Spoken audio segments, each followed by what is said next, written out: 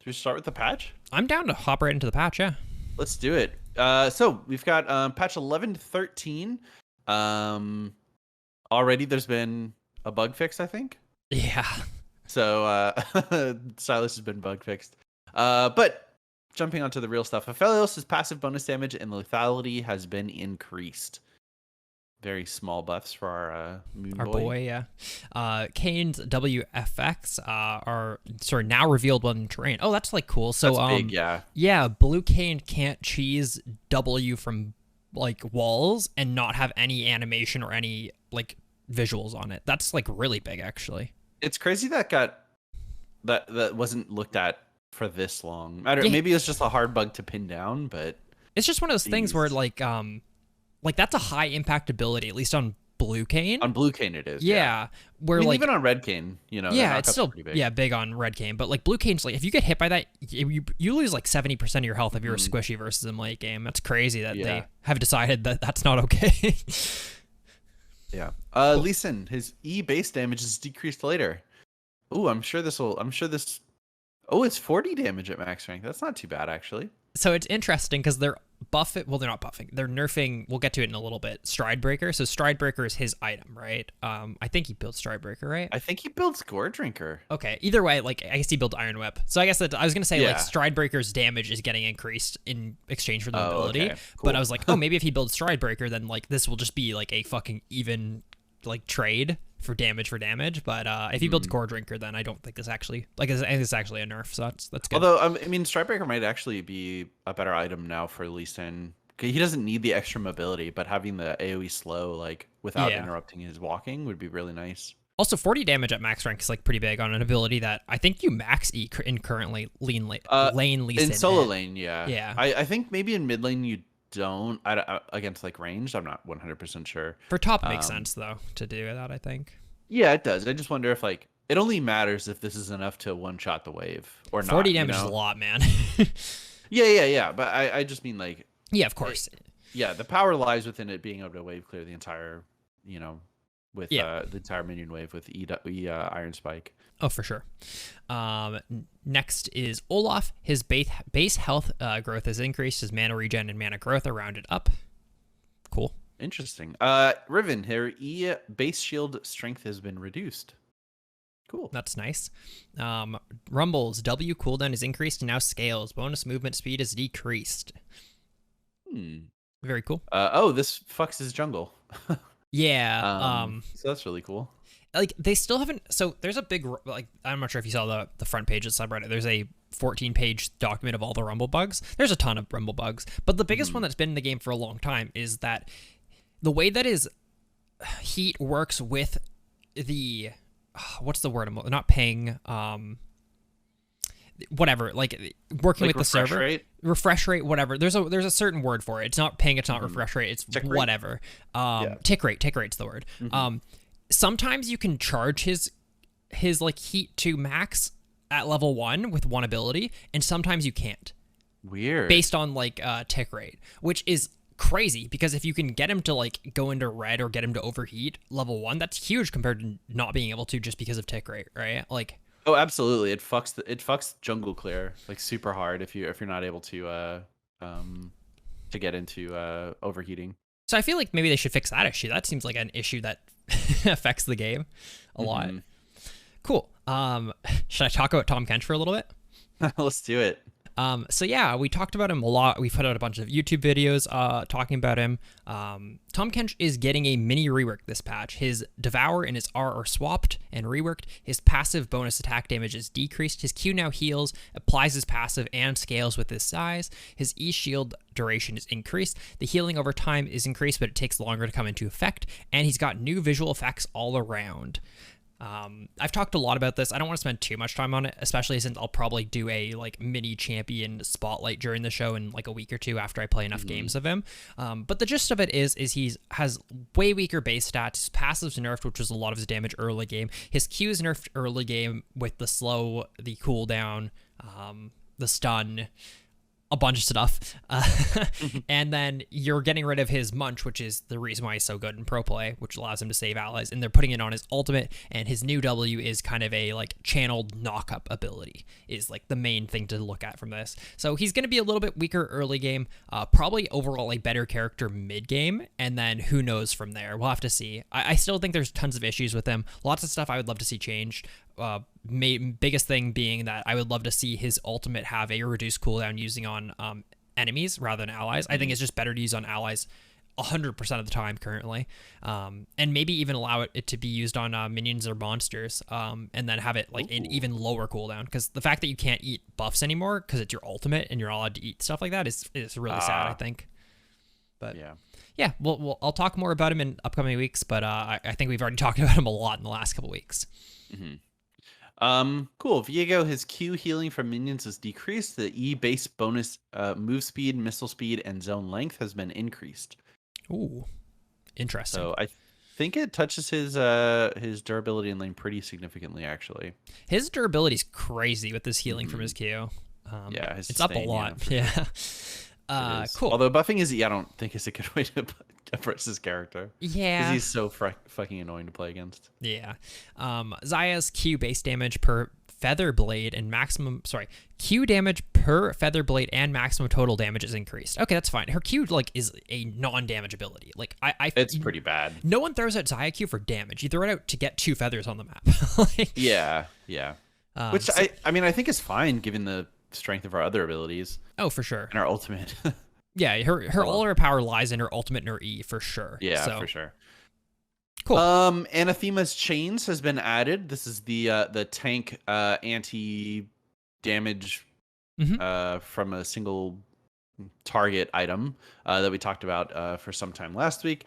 I don't know. I don't think this particular item has received any changes from when we talked about it last week. But our next item has... Just quickly on the chains item, I think this is an item I'm going to build a lot on top laners. I feel like if you're a tank player, this item is so fucking sick the more I think about it. The only downside is that you can't rush it because it's only health, really. So like you're not getting resists, and resists are obviously better than health early game because they make your health more effective. But this is a great like second, third item on like any tank, I think. I think this item is really, really fucking good on characters that don't need stats because their kit provides it in some way. I think a character like Leona, obviously, Poppy, Garen, like if you wanted to build it, those characters are going to make the most use out of it because they don't need the stats as much. But I don't know. It seems the same. 30% damage reduction is just wild. Yeah. Next up is Hull Breaker. So this is the split push item that we talked about. I believe this item has received. I think it has more attack damage, and I think it has lower health. I remember the attack damage being 50, but I think the health is lowered. I think it was like a fair bit higher for health. I think it was 450. Yeah. I think. Okay, interesting. So yeah, a little bit of nerfs there. The range for it is pretty big. That now that we're seeing it in live, the range for the buff. So you don't have to be right next to your cannon to empower it. Yeah. It seems like it's going to be a very strong item. Hopefully it's not too frustrating to play against, but I am excited to see how the new items function. I think more items in the game is always a good thing for us. So. Yes, I would agree. Cool, and then we're getting a huge nerf to all mobility items. So Stride Breaker is getting changed from a dash item into just a wave clear AoE item. You can use it while moving now is like the main change. It's getting some changes to stats, less attack damage, more health, but overall it's turning into a wave clear item. Gale Force is getting its movement speed nerfed. Lichbane's getting its movement speed nerfed and its ability power buffed. Cosmic Drive's getting its ability power buffed, its movement speed nerfed. Black Cleaver's getting its health buffed, its movement speed nerfed. Deadman's is getting it's getting changed from it's getting movement speed. Oh, its movement speed is getting nerfed. Its build up duration is getting buffed, and instead of applying magic damage, it now is going to do physical damage on the proc. And it has a base AD ratio as well. Yeah, for some reason I thought they were making this item into they were gonna like remove the movement speed component of it completely, but I guess they're still keeping the movement speed component. Interesting. It's just less of a big part of it, which is cool. Trinity Force getting increased attack damage, reduced movement speed, Death Stance, increased healing, removing the movement speed altogether. Shuralia's way decreased movement speed. This item was way too OP. Everyone is building this on support. And then Prowler's Claw is getting increased cooldown, decreased lethality, and now the biggest thing is that you can't target minions with it. You can only target champions. This was a big problem with a lot of mid lane assassins, with I guess mainly Zed, Talon, and Kiana, because they would use this item to gap close through a minion and then have their entire combo up to use on an enemy. So rather than Kiana having to use her gap close abilities to get in on someone, she can use her item to get in on someone, and then use all of her abilities. So this is going to be a huge nerf to those characters. I think this item was a little bit silly with how it functioned, so this is probably a good nerf. Oh, for sure. We definitely talked about that being too strong on the show as well. Yeah. Mana Mythics are receiving a buff. They are getting reduced cost. So Liandry's 200 less gold to combine it, Luden's 200 less gold, and Everfrost 200 less gold. Hell yeah. Cool. Moonstone is getting a slight buff. They're trying to bring Moonstone back into the meta because they nerfed it out of it. It felt like every other support mythic was better for a time being. So we'll see one more buff for Moonstone. I think it's still like a fringe on a lot of characters. Like a lot of characters that are just building like chain healing items, like Sorakas, who build Mikhail's, they build Ardent, they build whatever, are still building Moonstone, but no one really else is, I don't think. So hopefully we see more Moonstone. I hope so too. Divine Sunderer, it instead of dealing 12% of target's max health for every character, it is 12% for melee and 9% of your target's health if you're a ranged character. I like that. So I think ranged characters, Ezreal. yeah. I mean, ranged characters abusing items like this has always been an issue. They definitely do need to make items better for melees than they are for ranged characters, I think. Yeah, for sure. Cool. Some changes to runes. Nimbus Cloak is getting its movement speed changed based on, part of the mobility changes above are pulling back movement speeds, bonus movement speed. Nimbus Cloak's bonus movement speed. So it's going from 5% scaling to 35 to 5% scaling to 25. That's fine. Nimbus Cloak's one of the strongest summoners in the game, or runes in the game. So it's good. Ghost Poro is getting a buff. The sight duration will last for 90 seconds instead of 60, and it will reveal enemies for 6 seconds instead of 4. That's pretty big. I feel like Ghost Poro was one of the weaker ones. I felt like the warding, the zombie ward one, was always probably the best. So this is a nice change. Yeah. Awesome. There's been a turret update as well. Inner turrets and side lanes, top and bottom, now grant an additional 250 local gold, and all turret inventories now will display how much gold they give once they have been destroyed. I like that a lot. I love the clarity on. I never know how much fucking turrets give, man. Oh, absolutely. I know how much the first one does, and that's it. Yeah. That's crazy though. So inner turrets meaning the middle turrets, or do they mean base turrets? I believe it is tier 2 turrets in top and bottom. So the idea is to keep people pushing those as a reward, because it really does feel like first turret's important because it has plates and it like opens up the map, and then third turret, like the ones that like are on the edge of the base, are important because they break open and give you inhibitors, and the middle turrets are kind of just like there. So this is kind of giving incentive for those, I think, is the idea. I think so too. Yeah, that's cool. Forcing that split push meta. Yeah.